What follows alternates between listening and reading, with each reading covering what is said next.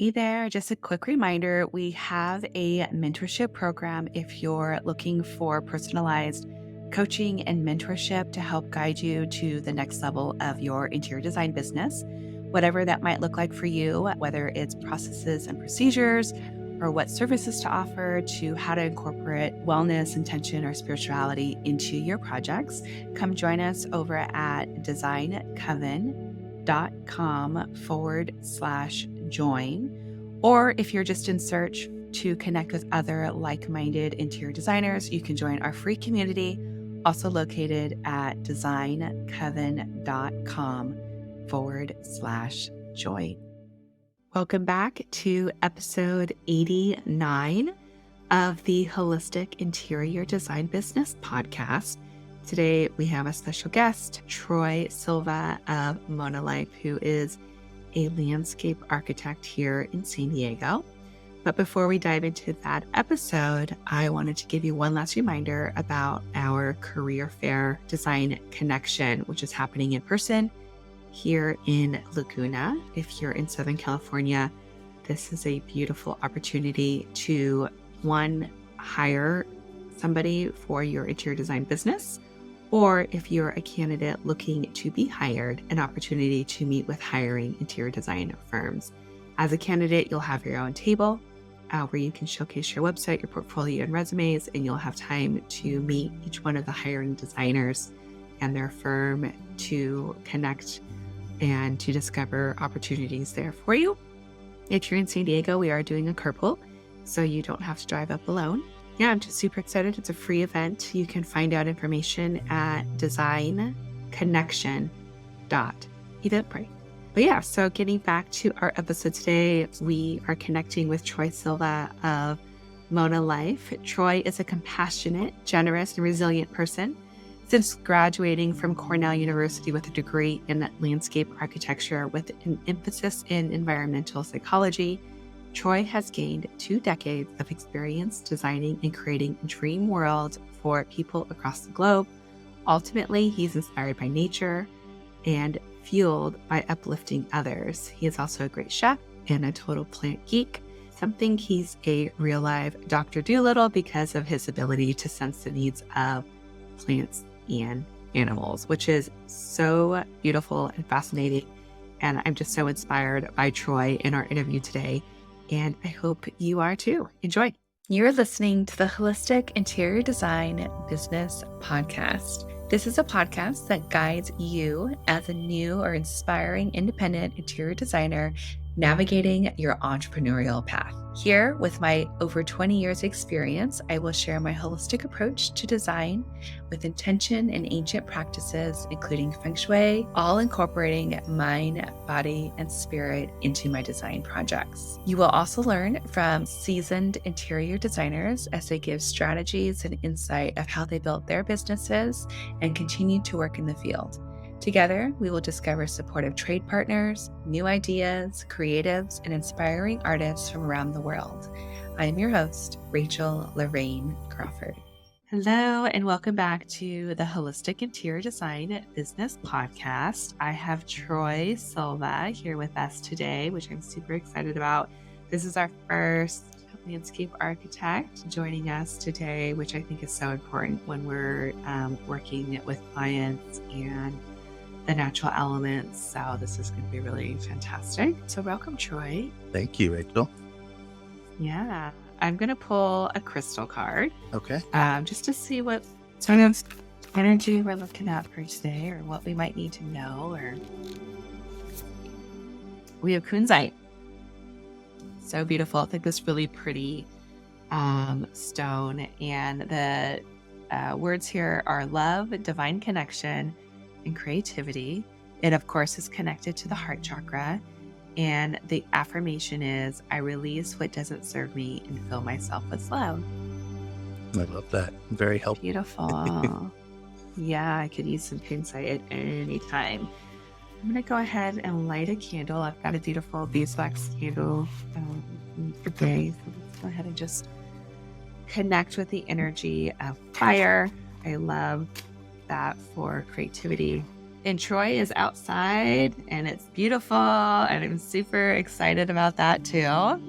Are you at a client's house? I am, yes. Amazing. So I would love to ask, what's home for you? What's home for you at the moment? It could be anything about home, the physical home, your meaning of home, kind of just where you are with that. I mean, I feel most at home outside and with gardens, so I can pretty much feel at home anywhere, but San Diego really is home base because of family and my beloved San Diego Zoo that sort of inspired me as a young child to get into what I do. Ah, yeah, the zoo. And you've done some work there, right? I did actually way back in college. It was my summer internship at a very small firm called Neary Landscape Architecture, and it was a great opportunity because I was the third in what was only formerly two people, and got to be enjoying a whole summer kind of at the ground level, working on some award-winning exhibits at the zoo and the sister park, the San Diego Safari Park. Oh my gosh. So is that how you kind of got into this world? Like what's the origin story of you coming into the world of plants and healing? Yeah, I mean, from a really young age, I can remember even the really early stroller memories of being pushed around at the zoo. um, Yeah. and also my grandparents having sort of the square foot gardens and growing our own food and that sort of thing. So I can't really remember a time where I wasn't into this world because it's some of my earliest memories. I always had pets and aquariums and terrariums and a whole little zoo, and kind of Ah, created my worlds in the backyard too. Um, and I would say that it might have been a response to being a latchkey kid and not being able to go out of the house and whatnot. But it was okay. a great kind of childhood still to me, and it Mhm. inspired me to want to design for the zoo and have animals before I even knew what the correct major was, I guess. And so it kind of gave me direction. I was highly specialized from the beginning and went to Cornell, like knowing that that might be impressive to the little teeny firm that works at the For sure. award-winning exhibit. So that was my goal from the beginning, was to go find the place that designed the zoo and do. Oh my gosh. That's so incredible. I love that you knew at such a young age exactly where you wanted to go and where you wanted to work. We find, I see like some people kind of just find their way to these spaces, and then some people like no. And you're one of those that just knew. Yeah, exactly. Can't imagine not doing it. I think that I'm sort of scatterbrained and I try a lot of different versions. I've had furniture lines and all these different things, but it always comes back to the plant inspiration and the animal inspiration, kind of no matter which um, format it takes on. Mhm. And can you share with me what the journey was to go off on your own and to create your own business, and Yeah, how that kind of played out? definitely. So it was interesting because I sort of had that, I guess they call it the arrival fallacy, very early on. Sophomore year of college, getting that internship, I realized the profession of landscape architecture often involves sitting at a desk and drafting on CAD and Mhm. not being outside at all. Very little connection to the actual landscape and the creations. And so at one point, I felt like tortured in what I thought was going to be a dream job. So it was almost the, Oh, right. Yeah. by default, the ADHD and the just feeling like I could relate to designing in that way as much. I loved the sort of ideation and the creativity when we'd be there, um, spitballing concepts and sketching. And that was sort of, one morning. And then the project went back to CAD. And so your actual time to be creative and sort of feel like you're um, coming up with these dream worlds is very small. And then the execution, sort of the design documents and the creation of what felt like sort of a legal document of who gets sued when things go wrong. Right. 95% of the job, and all things that I loved learning, but just the idea of sitting there day after day behind a desk, even though we got off at 2 so that the boss could go surfing, it was just too Oh my God. to bear. So I sort of mid college had this crisis of, is this the right thing? What am I supposed to do? But I stayed in the major and just sort of like pivoted a bit, knowing that I wanted to do entrepreneurship and business and real estate development and sort of all these different classes. I went into this mode of like a all you can eat buffet of extracurriculars and taking on as many Wow. possible to try to figure out what exactly I could do with this interest. And that led to starting the business before I graduated in Los Angeles. I had a classmate and a few friends that were there, went back to visit, and sort of got a couple of jobs right away. And before even graduating, I was going back on summer breaks and, getting projects done in the little bit of time I had. Wow. Yeah, it led to a lot of different things. I graduated sort of right before the recession in 2008, and I was doing really well in high-end residential, and then sort of had to pivot to a lot of different things like retail, creating furniture lines, and just it always felt like I was every 2 years sort of reinventing how I was creating landscapes and environments. But I think that wealth of experience over the decades sort of really honed me into what I love and has made me stronger for it. So, Yeah. So, I mean, it sounds like you got a ton of information while you were in the internship, while you were still in school, understanding almost like what kind of business you wanted and what kind of business you didn't want. And Exactly. you were doing some side hustles and all through that time to really develop your skills and gain experience. hmm Do you recommend other students or people going in that same path that you did? Or do you have some advice or some tips on maybe what they I can don't do know, differently? Or double-edged sword for me, because at one point I feel like I didn't have an option. I felt sort of unemployable, even though I had the degree and had a path in front of me. I wasn't going to be good at doing it that way. So Mm. I would say that anyone who feels that way, maybe don't put yourself through the torture of kind of staying within the box and doing it the way that it's expected. But maybe if you don't feel that way, you'll save yourself a lot of heartache and trial and error and, a roller coaster of a career by following the beaten path. So it just depends on your risk tolerance, I think, and Yeah. suitable you are And for I, the existing path versus carving your own.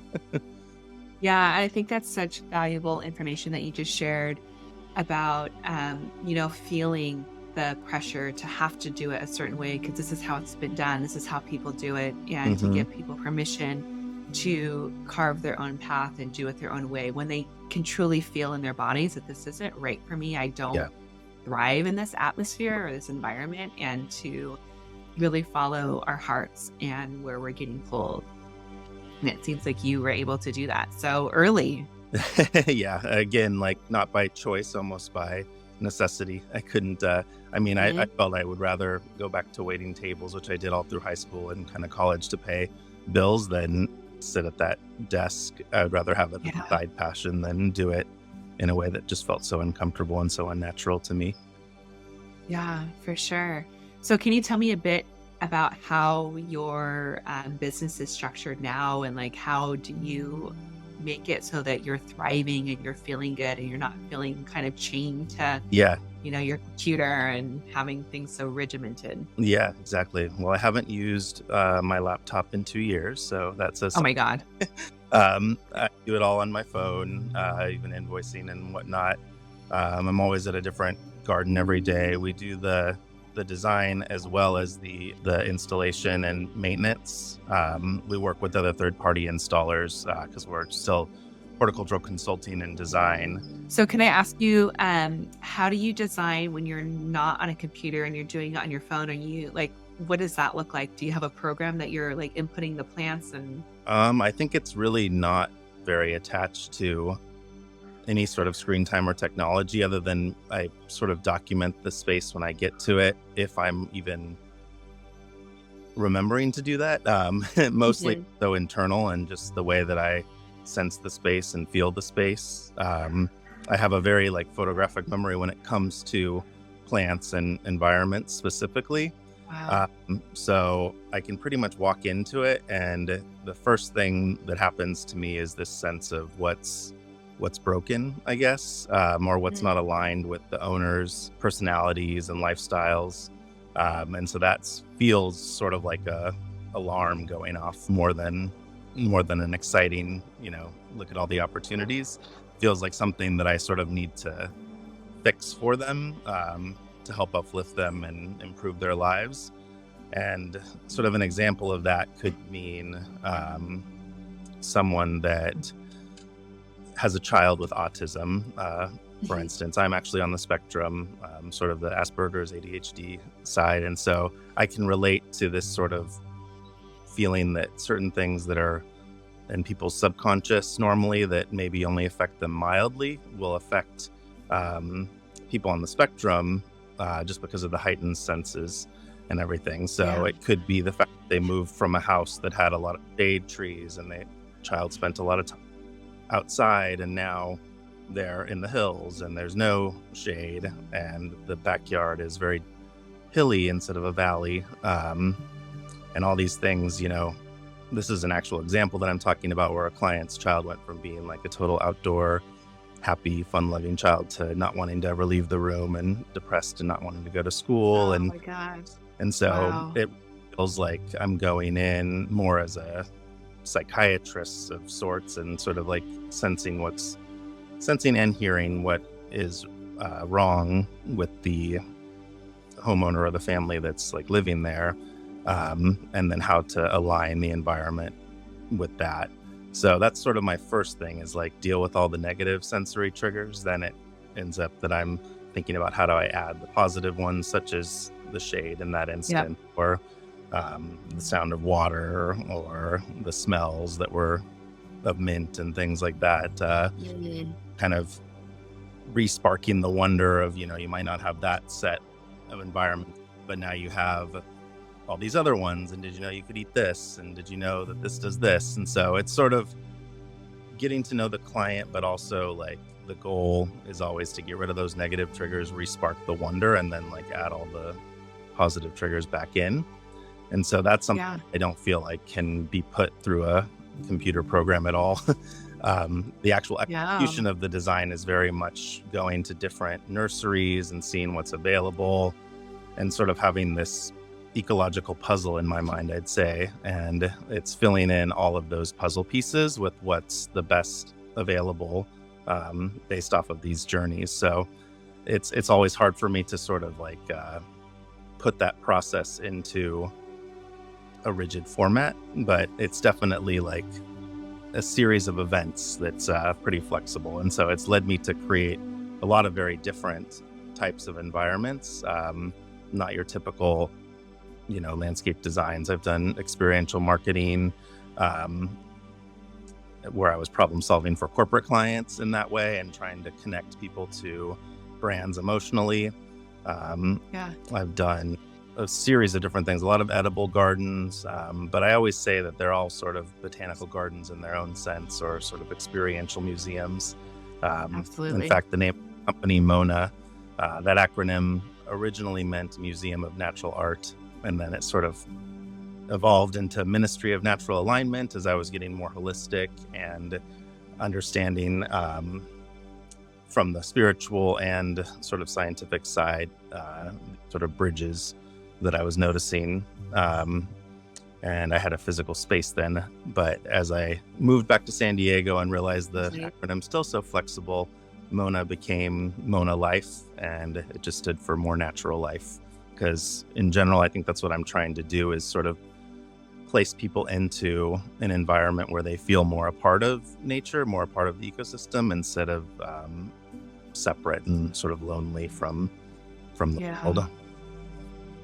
Oh my gosh. I just absolutely adore this. I think you've been able to really hone like your skills of being so sensitive and feeling and letting that drive your business Mhm. versus, what everyone else is doing on the computer and Right. creating these plans and selecting all these plants and things where you're like in their environments, you're connecting with what's there now, you're going to their local nursery, what's Yep. growing in that space. How do I connect this to that? And that's just the most amazing, beautiful thing. I'm so like I'm so in awe of you and what you're doing and how you've created this beautiful business that is not only in alignment with your client, but it's in alignment with yourself and how you thrive and how you work. And I think that's really inspiring. And I think other people, you're going to open up the doors and the box for people in how they think of their business because Mhm. I feel like we do get so stuck. Um, and there are so many holistic interior designers that are listening to this that I know will want to work with you and connect with you. And yeah, I just think you're just such a breath Looking of forward to that. fresh air. Yeah. Do you have any things coming up that you're super excited about that you want to share with us or Yeah, definitely. It's still in schedule? the early stages, um, but I would say there's two big projects that are sort of passion projects, I guess subsets of what my main business is. The first is I want to create something that's much more accessible to a wider range of people. Um, Mhm. I think the sort of downside of what I do and how I do it is it becomes like super limited for like a very high end clientele with a large budget. Um, I'm not able to sort of do these like five plants and then mulch landscapes that maybe are more economical. Yeah. Those pocketbooks into my time even. But I have recently been using, ever since I did the Ministry of Natural Alignment Wellness Center in Vegas, I realized like how much nature wants to sort of create on its own. Um, Mm. Things that I saw before, and maybe a lot of designers see before as weeds or things that they didn't intentionally put there, became more gifts. And what do these plants do? Are they medicinal? Are they edible? It sort of pulled a thread, this uh, metaphorical sweater in my mind of what happens if you just take all the seeds and all this potential and mix it with all the right sort of fungi, fungal spores, beneficial bacteria, and minerals, and all these different things, and put it in a mix and just shake it all up and just throw it somewhere and see which ones. Wow. Um, and so I started to call like what I was doing almost the anti-farming. And so basically the concept is unfarm, and it's Wow. to be a way to get people based off of their existing like site conditions and where they're located in the world. They'll get sort of a monthly box of these Oh my gosh. seeds and everything already there. So you don't have to go buy iron over here and gypsum over here and a million seed packets and all that. You're getting a mix of all the potential all in one. And you identify Wow. part of Cool. your yard that's really easy, like maybe 200 square feet or so. And you just start documenting and throwing those seeds down. And from there, you can really curate your garden Mhm. with nature. So I always say that I like to co-create with nature because it's those unexpected things that are just so amazing. And then sort of like the plants choosing to grow there, rather Yeah. than you taking it from somewhere and putting it there and hoping that it will do well. So it becomes a very economical and very sort of in tuned with nature way of creating that's sort of an undesign and unfarm on everything. And then secondarily, I have a property in the woods in Oklahoma where I'm trying to create sort of it's a food forest already naturally, and we're sort of adding to the biodiversity and then building little tiny cabins and doing hopefully retreats around Mhm. holistic living and sort of sustainable eating and foraging without damaging an environment. All these sorts of workshops and retreats can happen. Beautiful. It becomes a sort of cure for the modern world burnout that we all get, I think. Absolutely. Sort of experience what it's like to just live like off of the land in sort of a true gritty way, but also like you sort of realize like the luxury that's just around you, and the abundance and everything that's there. And so I think it again goes back to that kind of wanting to spark wonder, wanting to help uplift people, and maybe selfishly get them to see the world more like me so that I don't feel like such an alien. um, that might be a big drive, but yeah, Yeah. I'm excited because it's really beautiful, and I love spending time there personally, and I always feel like anything that I enjoy I want to share with other people. Yeah. Oh my God. Yeah. I want to dive into your world. It's so cool. Well, what do you think the unfarming boxes will be launching? So I'm still figuring out the logistics and sort of the infographic movies and working with different freelancers on Fiverr and sort of assembling a team. Yeah. It's been a little stop-start, but we're close to launching at least locally in San Diego, Amazing. where the variables are going to be a little more limited. Yeah. And then we'll probably slowly add different metropolitan areas. Ideally, I'd love to grow off of that. My big vision for the 2.0, Yeah. sort of this, everyone has different unfarms, and each of these different spaces grow different things because it wants to Yep. grow there in abundance. But then the problem you end up with is, say, I don't like Egyptian spinach. I Yeah. really like Egyptian spinach, but everyone else that I know does like it. And then maybe this person over here is growing all this St. John's wort or something that I need for my Yeah. making teas and things. And so it would be this sort of exchange, non-monetary, where they're able to trade. Rad. But I'd like to sort of minimize the environmental impact of all the shipping. And so I'm thinking that if we have these sort of regional electric vehicles of some sort that kind of picks up at one, drops off at the other.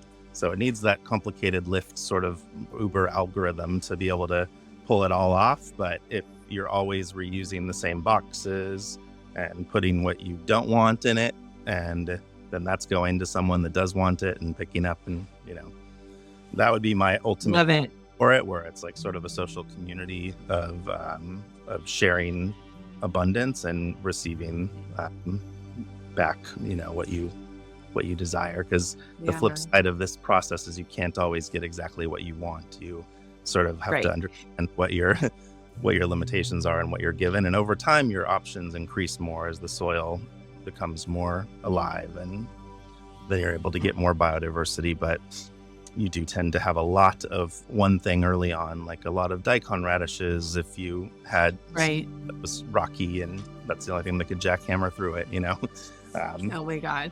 So yeah, I'm trying to scale down my grand vision to launch the sort of beta version and Mhm. add all those functionalities later. Super cool. Well, count me in for the beta. I'm totally down for it. And I know a lot of other people will be too. So, and we'll keep everyone alerted as to when this all launches and all the things that you're doing. Perfect. And Troy is a frequent guest at our co-working events that we have here in San Diego on Wednesdays, which is open to everybody, all creative entrepreneurs, designers. And then we also just launched the community membership in Design Coven. It's the free tier. So we'd love to have you there too, Troy, and just to connect and support each other. And Absolutely. yeah.